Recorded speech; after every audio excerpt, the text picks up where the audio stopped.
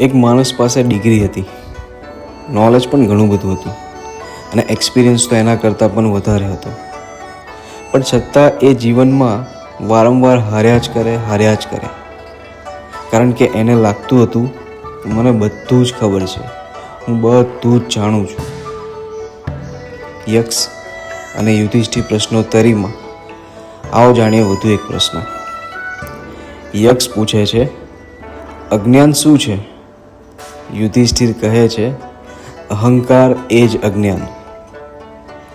આપણે સામાન્ય રીતે અજ્ઞાન એટલે ન આવડવું એમ સમજીએ છીએ, પણ સાચું અજ્ઞાન એ છે કે જ્યારે માણસ શીખવાનું બંધ કરી દે છે.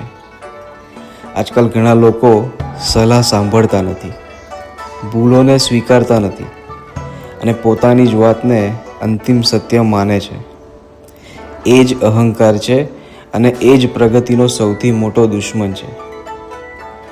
એકવાર ડૉક્ટર એપીજે અબ્દુલ કલામ વિદ્યાર્થીઓ સાથે વાત કરી રહ્યા હતા. કોઈક વિદ્યાર્થીએ પૂછ્યું, સર, તમે આટલા મોટા સાયન્ટિસ્ટ છો તો હવે તો તમને બધું આવડી ગયું હશે ને?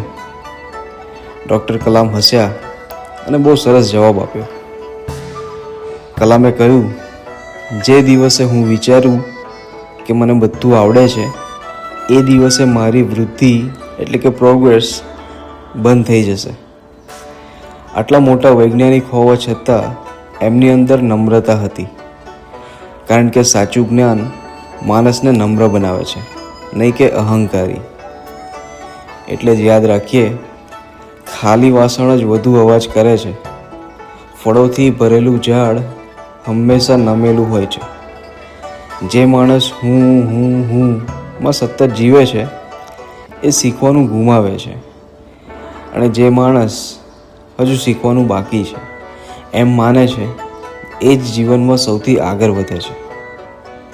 એટલે જ કહેવાય છે કે જ્ઞાનની શરૂઆત ત્યારે થાય છે જ્યારે અહંકારનો અંત થાય છે.